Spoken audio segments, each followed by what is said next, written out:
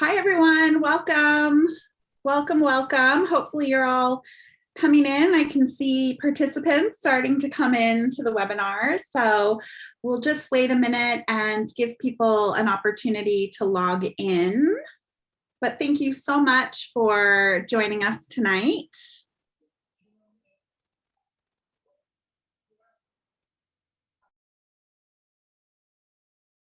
You're welcome to go ahead and say hello in the chat window if you'd like. Tell us where you're from, but you don't have to if you don't want to. We'll just wait another minute and wait for a few more people to just pop in.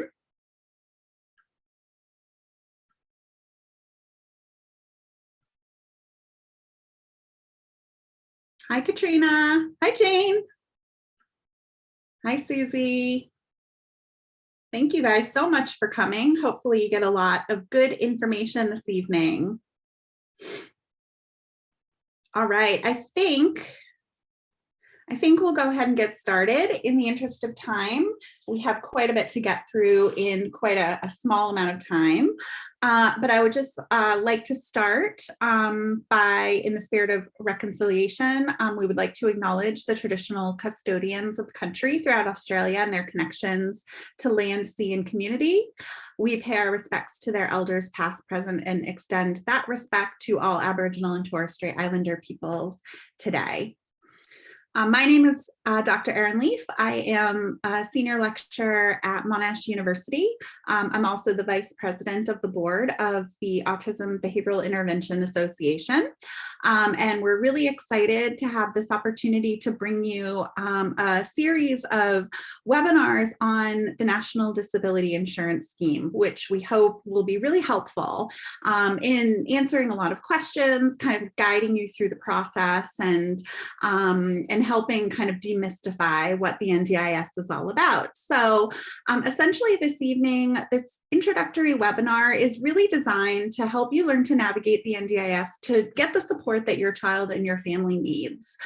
We know, because we've all been through it in different ways, we know that the NDIS can be confusing and an overwhelming system. What we want to do is really break it down and talk you through the process tonight from end to end and sharing our lived experiences with the system. So tonight we'll talk kind of big picture about a lot of different component parts of the scheme.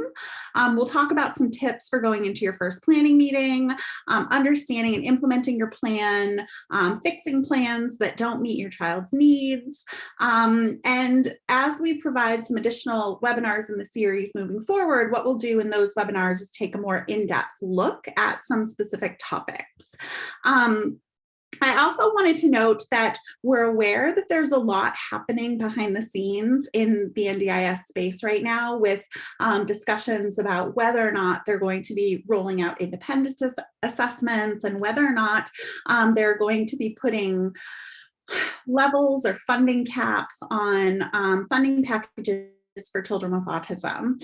And at this stage, it's all very speculative and we don't actually know how a lot of this is going to play out in the future. So we understand that it might seem really confusing right now and you might have questions. We will continue to monitor that situation really carefully and bring you updated information about any changes when we have it. I also just want to note that if for any reason you drop out of the webinar, you can certainly just sign back in. There's no password required.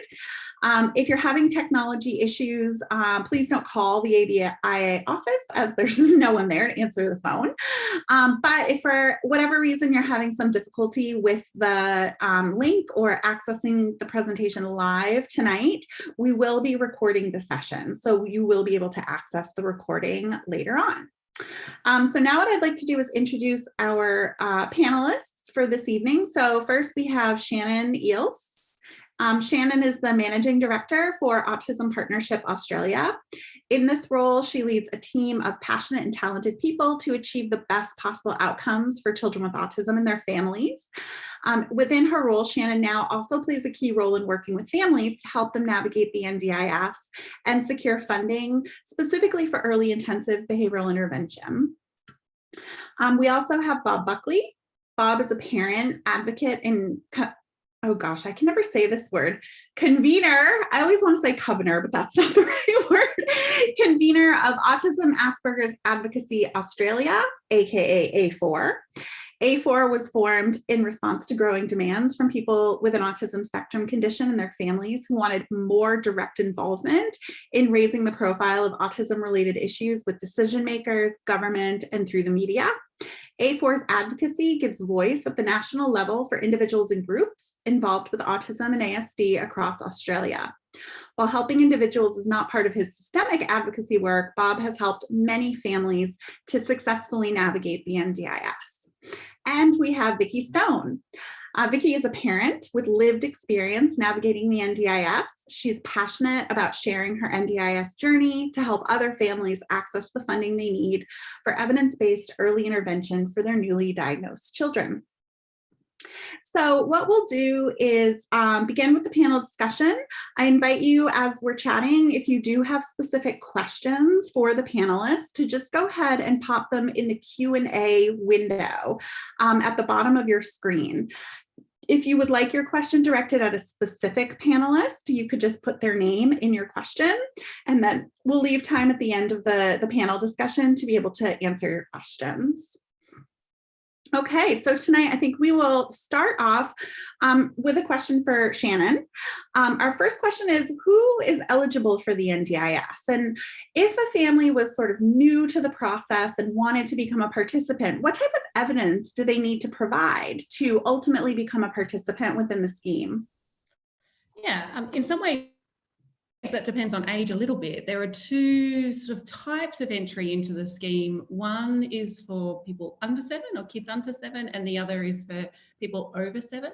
A diagnosis of autism doesn't guarantee entry, but most people with autism would be eligible.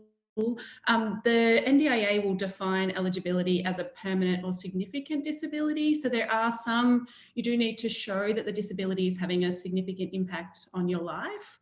There was some time ago a discussion around level 1 versus 2 and 3 of autism. They sit on different lists in the NDIS, one meaning just that if you have a level 1 diagnosis, that you probably need some more supporting evidence around the impact of autism on your life. So the simple way, I guess, to access NDIS if you are over 7 is to do an access request, which you can do either via the telephone, or there are forms that you can fill out. The NDIA has some nice information on their website. If you're under 7, you can also do that or go through the early childhood pathway, which is where you would contact an early childhood partner.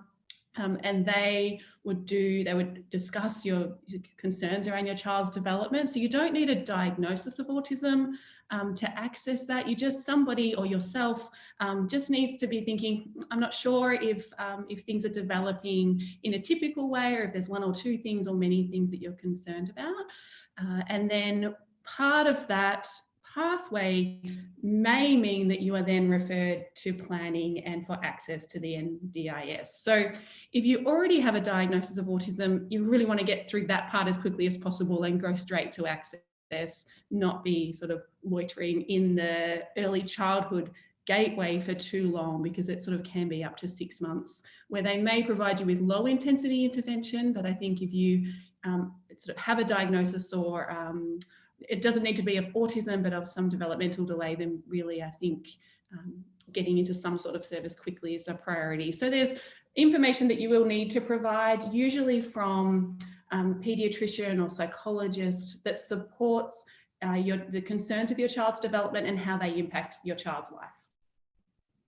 Great, thank you. I think one of the key points here is that a diagnosis isn't a requirement to access the scheme.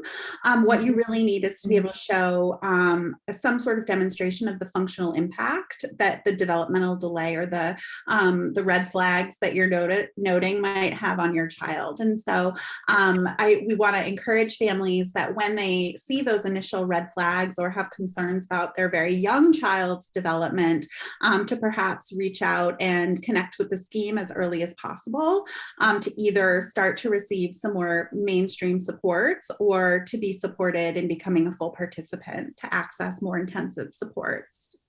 Correct. Next question is for Vicki. What happens at a planning meeting, and what type of information are families typically asked to provide as part of the planning process? Okay, so I guess the process starts before the planning meeting. So be organised, request reports from anyone who's working with your child, so therapists, providers, but also paediatrician or preschool or daycare, to get across the needs of your child. And then the next step is probably to write a carer impact statement. And this is sort of your opportunity to get across everything you want to get across. Sometimes in the planning meeting, it can be easy to miss things, to forget things.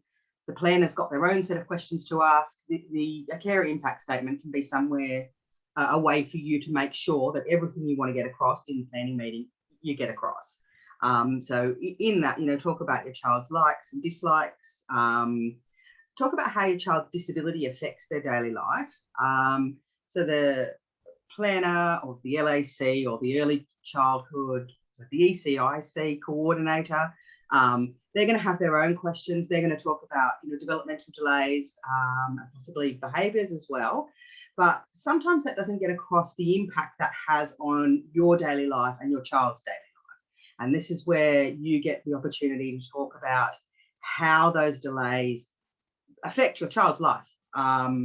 So I guess, you might have a report that says your child has limited play skills, and that's quite dry. But, this is where you can sort of put down what that actually means for you. If you're following your child around all day, you can't engage them. They are switching lights on and off. You need to watch them all of the time to keep them safe. This is your opportunity to get across what that delay actually means, just to give the planner that kind of, or LAC or EC, whatever they're calling themselves, to get them to understand how those delays affect your child's life, affect your family's life, affect your child's ability to participate in everyday activities. I guess, we want to talk about, especially everyday activities, the NDIS, they talk about community participation, which just means your child's ability to do what other children their age are doing. So if you have maybe had to pull them out of playgroup because it wasn't fenced and your child runs away, or maybe you have to pull a sibling out of an after school activity because you can't manage both children at the same time, or you're turning down invitations to extended family events. This is sort of your opportunity to talk about those things. You also need to write your goals. So this is just what you want to get out of intensive intervention. So you are the person who decides those goals. And they are really important because the plan must help your child achieve those goals. So state really clearly what you're asking for and why you think it will help you achieve those goals.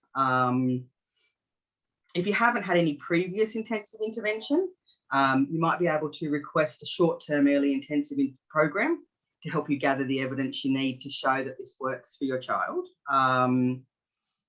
If you have had some intensive intervention, again, your carer impact statement can be used to, I suppose, provide an interpretation of your provider's reports. Your provider might say your child can now do X, and this is your opportunity to talk about what that's actually meant for their daily life and what it means for your family's daily life.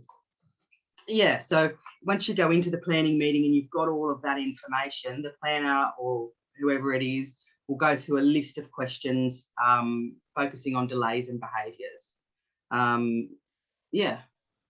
Yeah, no, that's really helpful. I think some of the key things are really talking about how the child's developmental delays or disability might be impacting their day-to-day life, really emphasizing your goals, your child's goals, getting them engaged in the world around them, and how, that's difficult right now. And it can be hard, when families are newly diagnosed and maybe they don't want to tell that story. That's been a difficult story to tell.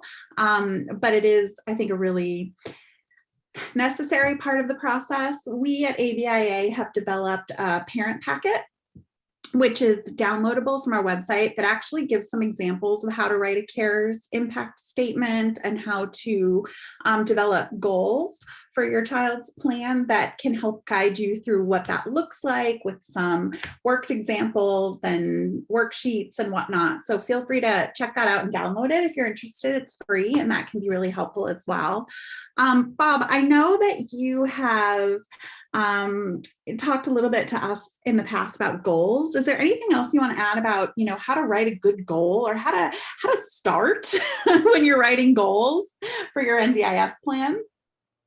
So my comments are goals are your best tool in the NDIS. So sort of realize that you have control of your goals.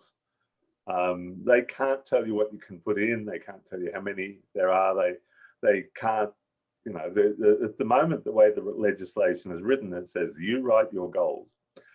But the thing on that is that you have to write them in a way that, I can't believe this. You have to write them in a way that then they can turn them into a plan to deliver services. Okay. So the goals have to be real world goals, in the sense that they're things that are going to be met by the services that the NDIS is going to fund.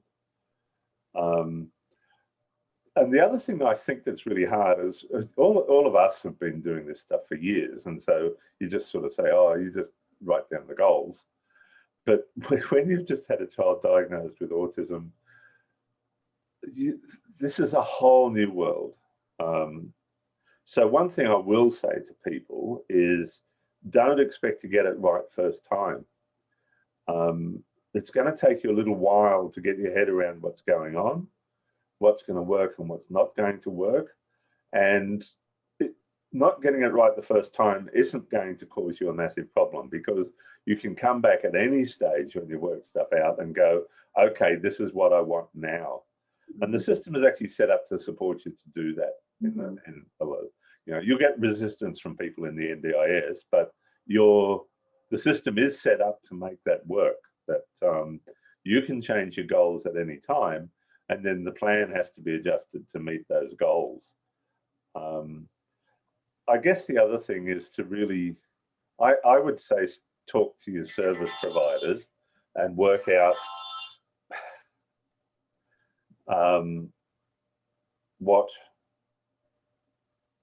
talk to your service providers, get some guidance from them, talk to several, in fact. I mean, you have to hunt around and find people who are going to be doing the stuff that you need them to do. And you want to interview a few in the process to find out who's going to work with you.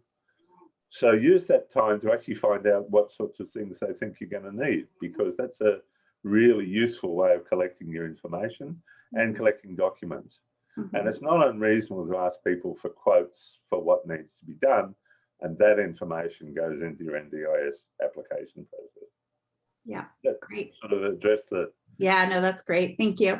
I guess I would just say that it's okay when you write, your goals, what's meaningful for you and your child. Don't worry about them being written in really precise, technical, professional language. If you're working with a good service provider, they're going to be able to look at your goals and break them down into sort of smaller, achievable parts, and help design a service plan or an individual learning plan for you and your child that's going to work on the component skills that are going to help, step by step, move you closer and closer to the outcomes that you're hoping to achieve. Shannon, did you want to add anything on good goal writing? No, I think Bob covered it. Bob Great. has some wonderful examples of goals, and I think, Bob, you do a good job of incorporating intensive intervention, or the types of services you want within that goal. So no, I have nothing to add. Great. All right. Bob, next question is for you, and I think this is a big one that a lot of people find confusing, but the NDIS, we know, is designed to fund supports that are considered reasonable and necessary. Can you tell us a little bit more about what reasonable and necessary means, and what types of supports are actually considered reasonable and necessary? Look, this is tricky. I was in a meeting last Friday with the new minister, and somebody said to her, "What does she understand by reasonable and necessary?" And she said she didn't know. She's asked a whole bunch of people, and they all gave different answers. So there is a challenge. However, what I'm going to try and do is tell you my take on it, which is not a legal take or anything else, but so far it's worked pretty well. So basically, I put it down to this: is the first thing to think about is what's necessary, okay? And it's what's necessary to achieve, the best life that you think is going to happen, right? So at any stage in a autistic child's development, autistic person's development, you have to say, so what are the things that are really necessary for them to live, to function, to be as independent as possible? So my first step is to look at the necessary bit. So most people go, oh, it's reasonable and necessary. And I go, well, necessary comes first, right? I mean, the law basically is going to, if you can show something as necessary, which is a bit vague anyway, but if it's necessary to live a reasonably independent life and it's going to deliver on that, then it's sort of necessary in any reasonable sort of sense. And the word reasonable comes into it because there may be things that are necessary, but the way you want to achieve it is prohibitively expensive. You know, like you want to be able to go to the shops, and so you need a car, but you can't ask for a Rolls Royce because it's not reasonable to ask for the most expensive car you can think of. You have to sort of think of a reasonable car, maybe not the cheapest, but what's reasonable under the circumstances is the reasonable part. So the reasonable part comes down to delivering on what it is that you're requesting. But it can be more than that as well. I mean, I can think of examples where people want to do really well in Special Olympics or some other sport, and they sort of say, well, my goal is to do well in this, and I'm not ever going to be able to earn money to get me there. So I need to get some, I don't know if you can hear my son. I'm sort of at home looking after my son tonight. and he's deciding to be noisy. So if it's too noisy, let me know and I'll see if I can do something about it. But yes, so some of the things may be that you've got a goal that's a little bit more aspirational, and if that can be achieved with a reasonable cost, then you might get past the reasonable and necessary test. By the same token, we've had some test cases where some people have asked for some things and the politicians have gone, oh, I'm not real comfortable with that. So sometimes it's not about reasonable and necessary or even human rights. It's what the politicians think they would be accepted by the mythical pub test. So the reasonable part is what do most people think is a reasonable sort of cost? Mm-hmm. And that varies a lot between people. So in most cases, you can try it out. And one thing I will say is that what the NDIS deems as reasonable for one person, they may not deem to be reasonable for another. They sort of bang on about consistency and all this stuff, but they are pretty hopeless at achieving that. Mm-hmm. So the main thing is, can you put together a good argument, and how hard are you prepared to fight for it? But if it's necessary and it's achievable at a reasonable cost, then that's the way I tend to suggest people think about it. And I think that's worked for most of the people I've sort of talked to about this. Yeah, so I think my take on it. I think my take on it is that there's big focus on building capacity, people's capacity to become independent, to become as as independent as is appropriate for them and to have a good quality of life. And part of that really revolves around, things like being able to communicate effectively, being able to self-advocate for yourself, being able to make decisions, being able to go out into the community and participate in enjoyable, recreation and leisure activities, and being able to live a life free from severe behaviors of concern and free from experiencing restrictive interventions. And so I think any way that you can frame, your goals and the supports that you're asking for around those like key aspects of life and supporting, community participation, spending time with friends and family, making decisions and choices and self-advocating, that I think to me all falls under the umbrella of what should be necessary for any Australian. So a couple of things about this is I'll tie it back to the goals a little bit. I encourage people to write some medium-term and long-term goals. And so I guess here we're talking mostly about young children, either in early school or before school, preschool. I would say to people that you sort of write a long-term goal is that the person's going to be employed. And to achieve that, you actually need a successful education. So you've got a medium-term goal that you're going to get as much out of your education as possible. So I make those, for any autistic child, the data suggests that those are a challenge. So you put in your goals, long-term goal that live independently, be employed, and your medium-term goal is going to be educated as fully as possible in the least restrictive setting possible. Right. So you make those your goals, and then the more immediate ones, the ones that they're probably going to be putting money into, are the things that achieve those goals. So that means if you need to work on communication, then you set some short-term goals around communication of all forms. If you go back to your autism diagnosis, the other area is where you're going to have behavior, and can you actually manage, or can you achieve behavior that's going to function well in those kind of settings, the social behavior, the ability to relate to friends and to interact with them are important sorts of goals, and they pretty much come out of the diagnosis. But if we look at the research sort of says that's the sort of stuff that you need to work on if you're going to have better long-term outcomes anyway. Great. So they're sort of all self-related. Once you've studied all of that, then it sort of comes out. But the thing is, most people haven't studied that when they get into this. So how do you get in to find those goals, and then to frame them in a way that's described as reasonable and necessary? Yeah. But it's not really that hard. Your service providers should help you with that as well. Rely on them to get you the phrases and the terminology that you need to do this.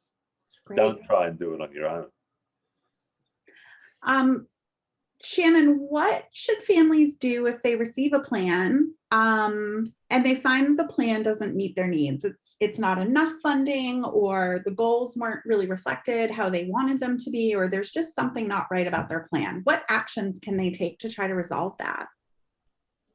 Yeah, I think if the goals aren't reflected, then you would immediately contact your planner and have that rectified. I think if the funding and where the funding is concerned, and if it's not enough, I think there's probably 3 scenarios that we work with mostly on families. One is that your plan has come back and it's not enough funding to fund the services that you would like. The second one might be that you've had a plan for some time and it seemed okay because you got a diagnosis, you entered the NDIS, there was a plan for $10,000 which seemed reasonable, but then you find out what the evidence suggests is going to best help your child, and you realize that it's actually, I need a lot more than that.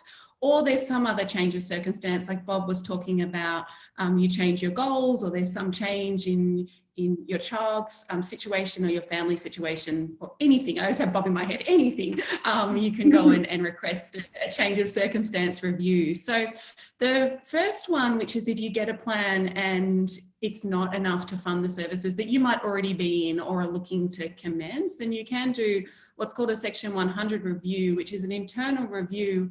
It's called a review of a reviewable decision, which is very wordy. And how you do that, in our parent pack, actually, there is the email address that you would email to, and there's an example of the sort of text that you might use to request that review.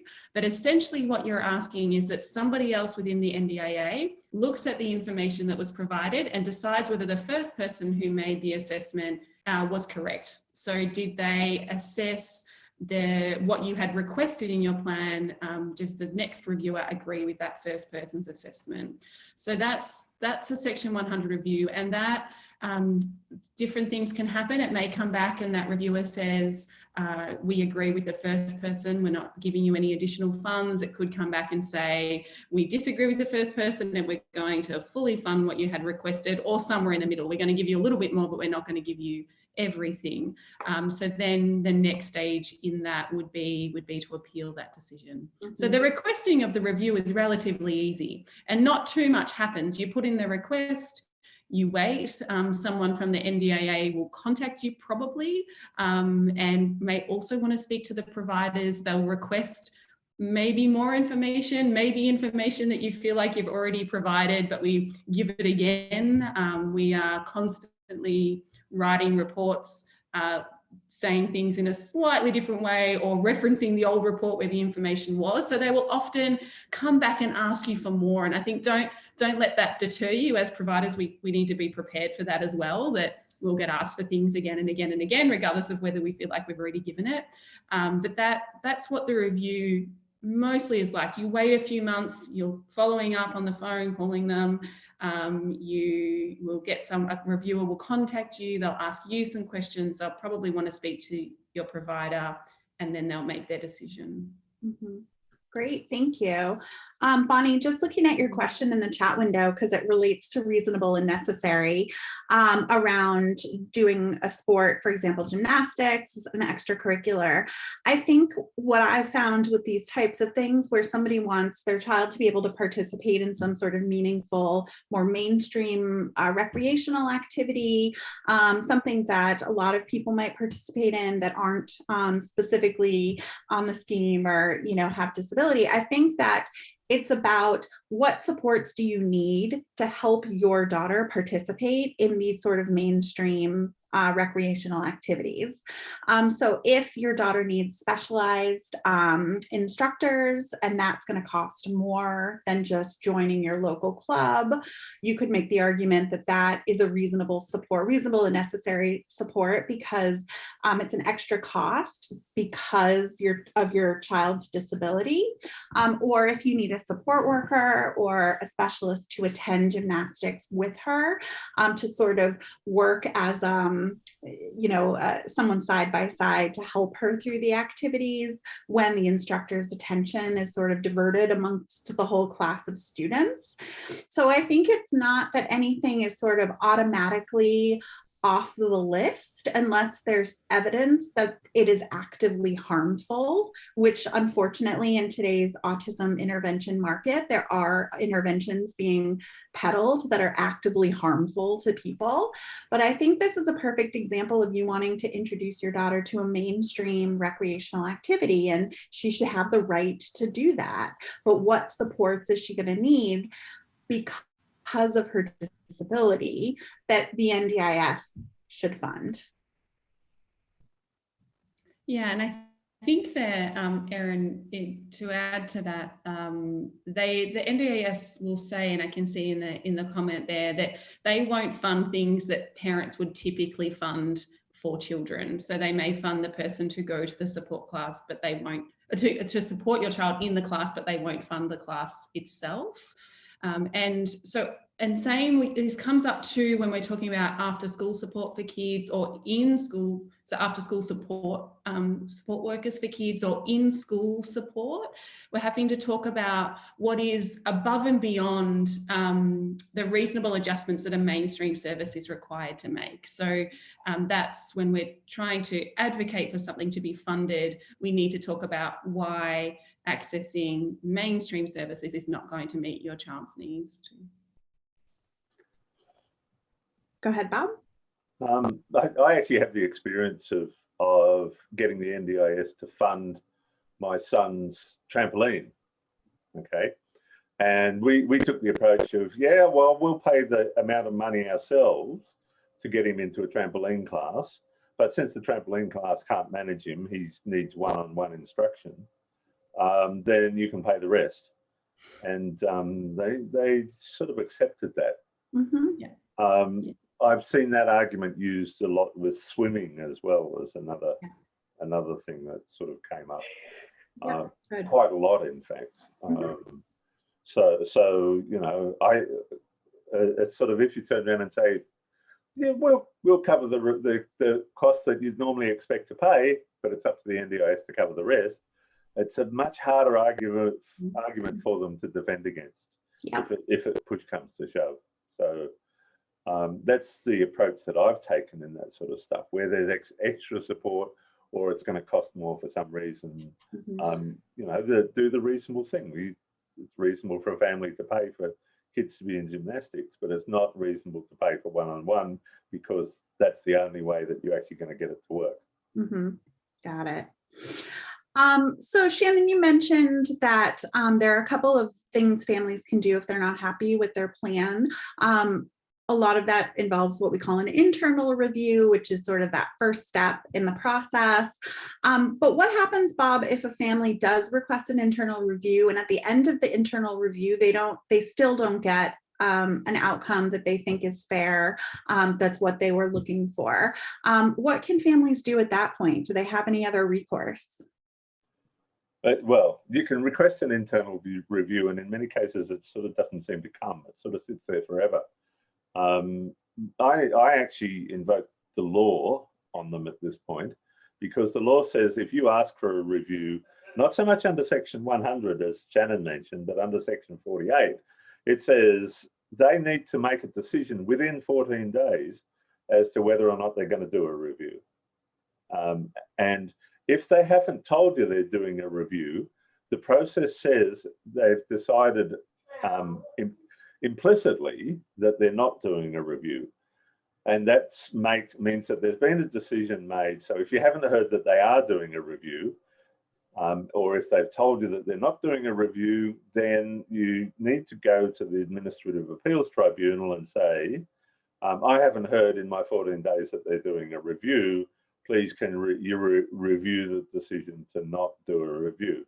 And the AAT will immediately turn around, in every case I've come across, and say, they're going to do a review, get on with it, right? So that's one you're going to win.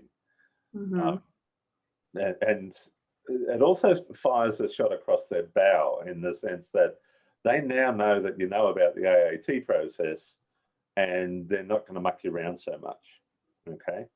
So then they're in a process of, they have to do a review within a reasonable time, the law says, but everybody refuses to decide what a reasonable time is, okay?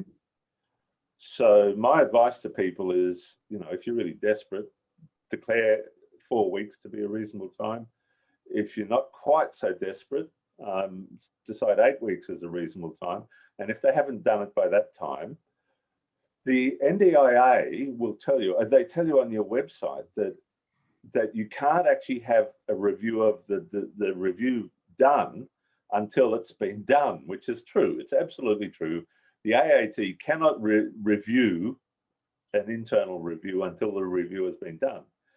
So they're sort of saying, well, you can't put in a complaint to the AAT until we've done the review. Now, that's not actually true, because you can go to the AAT and say they haven't done the review in a reasonable amount of time. That's got nothing to do with the NDIS. That's just an administrative process in government that hasn't been done in a reasonable amount of time. And that's completely up to the AAT to decide what should be done about that. And it's not specific to the NDIS. So if it's taken you more than 4 or 8 weeks, whatever you think is a reasonable time, although they haven't set a reasonable amount, anything more than that is unreasonable. So you can go to the AAT and say, they haven't done it in a reasonable amount of time. Please, can you do something about it? And the AAT will say to them, get on with it. And they will usually do the review within 2 weeks. Okay. So that's the first thing is do not believe them when they say you can't have a review reviewed until we've done it. The answer is yes, but that's not what I'm asking. I'm asking that you review not having done a review at all. And that's not an NDIS process. That's just a general administrative process. So, so when they do the review, you get back a whole bunch of stuff that says, we've considered this whole bunch of, is it section 38? I can never remember. There's a whole bunch of clauses under section 38, I think. Is it 48, 38 or 48? Well, It's the reasonable and 33 or necessary 38. criteria. It's one of those. And it sort of goes through to about F, A to F. Yeah. And they have to give reasons for all of those things. So one of the service providers I've spoken to has said, we've had a lot of success with then pulling them up on every one of those, is going back to the reviewer and saying, you haven't actually considered this, we gave you this information and you haven't done it, and arguing the case to actually win it. Now, they say they've had 100% success in this strategy. I haven't actually had a chance to try this strategy yet, so I don't know, but I'm told that it can work. What I would say is do not get into an extended process. I mean, I would not want that process to go on for more than 2 weeks, right? So if you want to go back to them and negotiate over the points in their review, that is an option. It may or may not be successful. If it isn't successful, you then go on to the next part of the process, which is basically to ask the AAT to do a review. You put in a review request and get the process started. You now start getting into a whole bunch of things that you can do in parallel. The next thing is to go and try and find yourself an advocate, right? So look up the National Disability Advocacy Program Finder, NDAP Finder, and all you have to do is put in your postcode and give you a list of advocates who are supposed to operate in your area.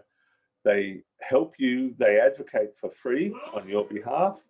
However, it's likely that they have an extended list, waiting list at the moment, so there could be difficulties. But don't just go to one. I would interview 3 or 4 of them. Advocates don't need to actually be in the same area. Advocates can work quite well over video conferencing, as long as you're comfortable with that as well. Mm-hmm. So I would interview several and see which ones you actually get along with. I will warn that most of them really don't understand autism, and they're not as much on your side as you'd like. You really have to drive them. So this does bring another complication into your life. You now have to deal with the advocate as well as the AAT and all of that sort of process. I would also suggest that you find a friend who wants to help, right? You don't find a friend who tells you you're doing the wrong thing or says it's too hard or tells you to pull out of it. You want to find a friend who is going to support your decisions, okay? So you find a friend who's going to be on your side as well as your advocate, and work on this together. This tests friendships, but you know, I think friendships need to be tested sometimes. That's part of life, really. So yes, you go into this process. The administrative appeals process, you're sort of going to court against the government, which is a pretty scary thing. But the Administrative Appeals Tribunal is going to try and help you do that. They are on your side. And I've got to say that in terms of the people who are going to help you with this, they were some of the most helpful people that you're going to come across. It's going to be really formal, but they really want to be seen to be fair. So they're going to work pretty hard at making the process work for you. Mhm. And the first thing that they do is, instead of having an all-on battle, they want to try and have a conciliation. So they're going to try and get you to sit down with the NDIS and discuss what it is and work out something that's going to work for the NDIS and for you. Now, did you hear Kieran? Yes. Mhm. Hi, Karen. The NDIS has a propensity to try and drag this process out for as long as possible, in the hope that A, they're spending less money, and B, you're going to get tired of it and give in. Okay, so my advice to people is, you say, we'll have one conciliation, thank you. And if that doesn't work out, we will then go to hearing, and we want the hearing to be as soon as possible, right? And if it's for young children, you can call me up and say, they're not getting this happening as quickly as possible. What can I do? I have had commitments from the AAT that they're going to work hard at this, and I'll tell you where the letters are on our website, and you can point them at things and say, these things need to be happening quicker. Do not let it delay. Mhm. Okay, you need to be getting into early intervention. You don't need to be having fights. Mhm. The other thing I warn people about is, you want to do this to get solutions, right? Some people just have a personality that goes, right, we've got a battle, let's get into the battle, okay? And some people are like that, and they need to recognize that they're like that and go, that's probably not what I need to do here. I really need to get solutions that get answers. So let's not make this a big battle in the AAT. Let's focus on getting solutions. Okay, so that's a big warning to everybody. Remember that this is about getting solutions. It's not about being seen to win the battle. It's not about having a big battle and making it bigger. It's really about finding solutions. I think what we've all found in our different roles, helping families navigate the process, and Vicki, in your lived experience, is that when you bring it to sort of the AAT, or you go that route, it can seem really scary, but actually it's been a really helpful process. And I would say 99.9% of families that we've all supported through the process have settled before going in front of a judge with a really good outcome.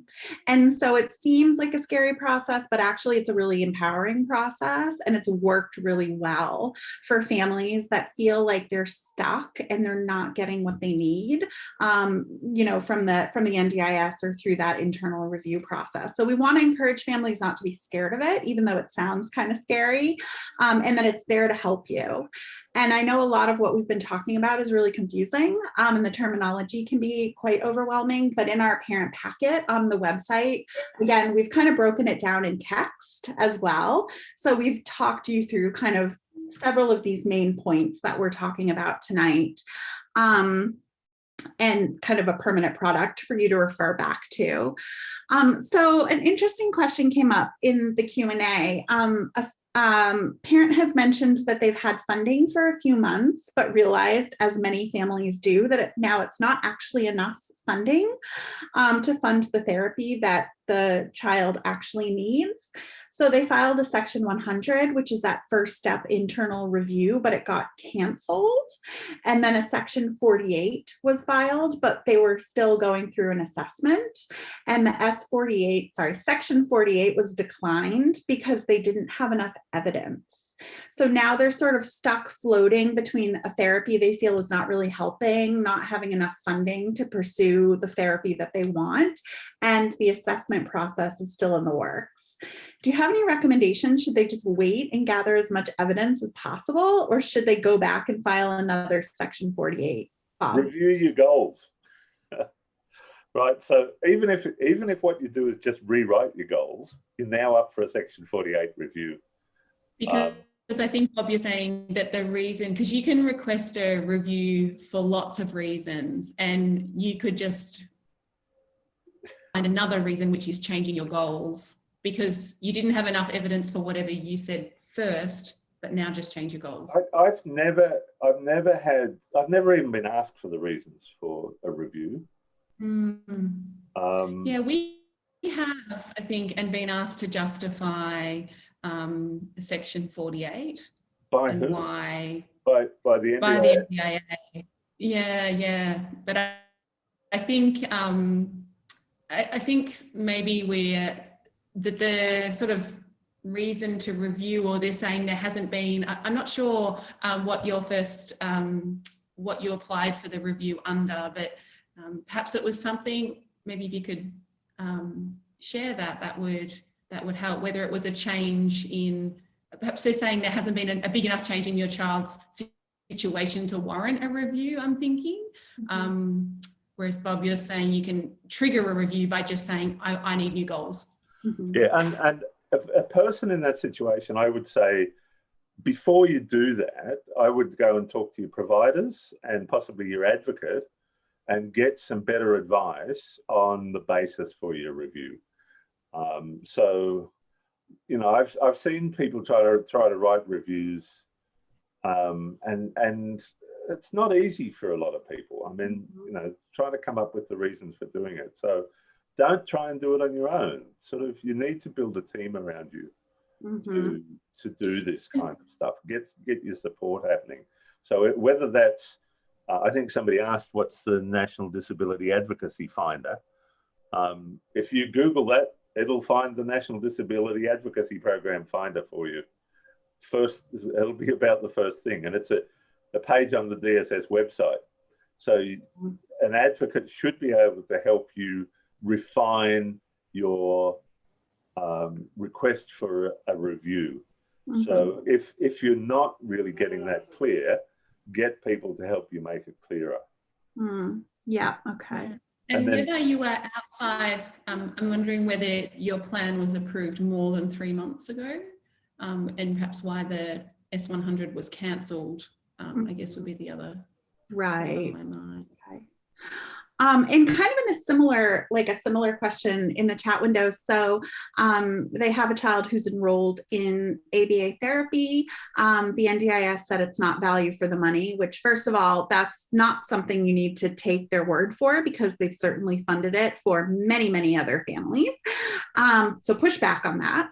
But NDIS and ask me for a cost analysis. Yep, you can go to Bob, email me. We can give you research showing value for money. So what they did do is they provided money for physio, OT, speech, and psychology. And they are, it looks like the child is still enrolled in ABA therapy, even though the money is sort of allocated to physio, OT, speech, and psych. So how do they make the argument that they need funding for ABA instead of those other services? That's a bit tricky, because I don't think the NDIS is meant to fund specific therapies per se under capacity building. They're meant to fund your goals. And I'm wondering whether you've requested a review, because that would be what I would be doing if the funding is less than what you need. It would be there's a couple of things. One is, if the child is getting those other things, then you ought to be getting progress reports, and you ought to be able to pick out what the progress is in those different things and argue the value for money on that basis. I've certainly seen an expert witness try and turn around and say, well, you can't tell that the progress is whether it's coming from ABA, physio, or speech. And my response was, well, the particular speech pathologist we're talking about practices only ABA, so that solves that one. And in terms of the physio, sorry, not the physio, the OT, the OT was only working on fine motor. So any language improvement was not coming from the fine motor that the OT was doing. And any expert witness that's saying that probably is not going to hold up very well in court. But the value for money and arguments, your clinicians should be able to do a good job of helping you with that. And even if they have to take a bit of money out of your thing to do it, then that's a reasonable thing to do. You can use some of the funds, the flexible funds, to actually pay for some of those kind of assessments and advice. Is there a maximum amount of money that can be allocated into capacity building? And is capacity building the right bucket of money that like funds for therapies like speech and OT and ABA would come out of? Well, these are all arbitrary categories. None of them are in the legislation. Right. So they just made them up. They would put them under capacity building, I would have thought. And they sort of like to impose some rules around how much flexibility there is. So, and your support coordinators and plan managers tend to have make up their own rules and things around that, which you can always challenge. But yeah. There's no maximum. Seen a lot of pushback if you actually spend money from the specialists on ABA yet. I don't know if any of the rest of you have seen it, that money does seem to be fairly flexible in how you use it. I think what we're seeing is just more evidence that the process can be really inconsistent, and the information that families get from different planners can be really inconsistent. So I guess the moral of the story is that we don't want to just take one planner's word. No. And it's not to say that they're purposely not telling you the truth, but they may not fully understand what you're looking for. They may not fully understand the type of therapy you're seeking. They may not fully understand the evidence base. So I think it's about always questioning if something doesn't sound right to you, it doesn't feel right, it's not really giving you what you want to help your child, pursue their goals, that you always have an avenue to take it up the chain to try to help get it resolved, because it is a really tricky space with a lot of, again, terminology and sort of avenues to pursue. Vicki, did you actually go through the internal review and appeals process as part of your experience? We did with our first plan, yeah. So we did our first planning meeting, we got our first plan back, and it was not sufficient to cover an intensive intervention program. However, I suppose probably the important thing for new families to understand is that you can start spending that money immediately. Even if you want to appeal, you can start spending it. Your child isn't going to be missing out on the intervention that they need. So we started spending that money. We enrolled him in an intensive early intervention program, and we put in for an internal review, also called a reviewable reviewable decision. And that took a number of months to come back, but it was okay because our son was doing therapy during that time and we had some funds to spend. It just wasn't enough to last the year. Yeah. So then when we got the review back, they put some more funding into his plan. Again, it still wasn't enough to last a full year, but we could spend those funds whilst we then took it through to the AAT. So at no point during this appeals process was our son sitting there not doing any therapy. We always did have some funds to spend. And we went through to the AAT, and as Erin said before, it sounds really stressful, and I was definitely stressed before we went. I've never been to court before. I didn't know what I was doing. I had no idea. But it really wasn't a stressful process. It was probably the first time that I actually felt like somebody was prioritising my son and what he needed. The NDIS felt maybe a little bit more adversarial sort of a process to go through. And then we sort of arrived at the AAT stressed to the max, but they were really sort of focused on what he actually needed. And following that, we did get the funds for a year's worth of early intervention. Yeah. Great. So I guess there it's, if you're feeling like your funds aren't enough, don't let that stop you from accessing the services that you need right away. Because what will happen is your service provider can help gather that evidence, demonstrating the positive outcomes that that program is having for your child and your family. And then you can submit all of that evidence as part of your internal review or appeal to get more funding. And we've all supported families through that process, and it's helped them achieve really good outcomes. So yep, if you only have 3 months and you need more funding, then ask for that internal review. But again, it's critical to, as soon as possible, start working with a provider where you feel like you're actively working towards your child's goals, and you can start to put that evidence base together to support your request for additional funding. So it's kind of a big topic. There's a lot to get through in a relatively short amount of time, but I think that's all the time we have for questions for tonight. I think we were able to answer pretty much all the questions that came through. Oh, the one question about, is there a cap on the amount of funding in capacity building? No, there's no cap anywhere in the NDIS sort of big picture in any bucket of funding. So if you've heard that, that would be incorrect information. Shannon, did you want to add something?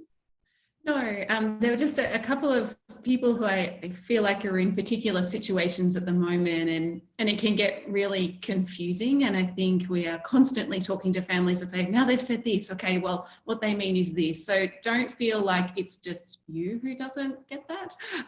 It is actually really confusing. And like Erin was saying before, different people are telling you different things.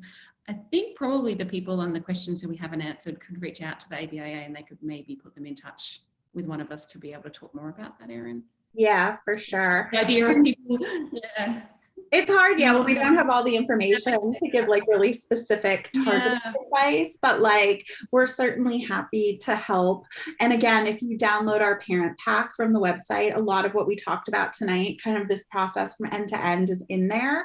And it's hard because it's kind of a big picture overview. So it's good, we kind of get an idea of where people seem to have questions, so we can kind of hone in on some of our future webinars on those topics a little bit more closely.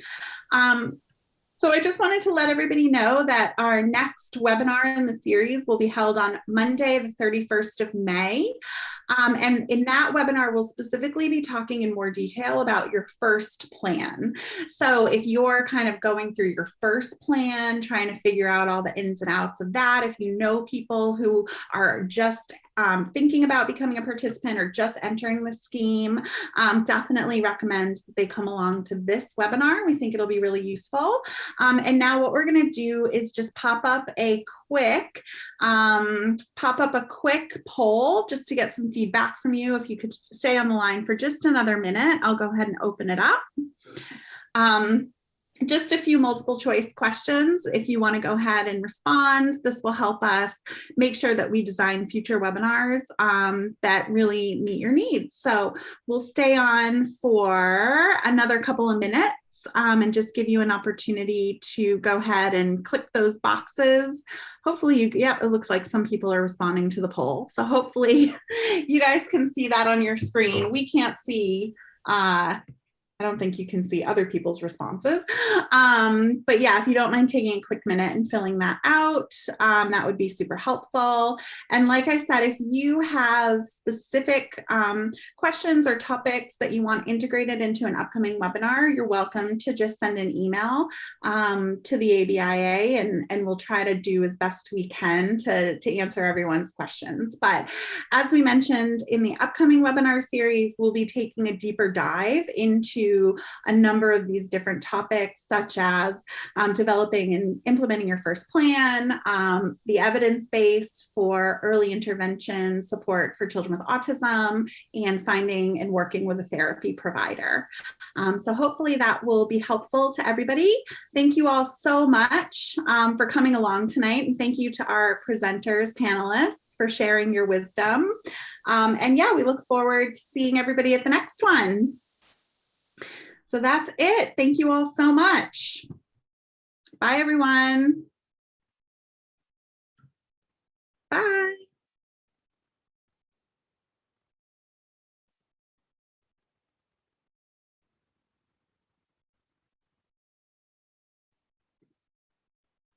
Okay, I ended the poll.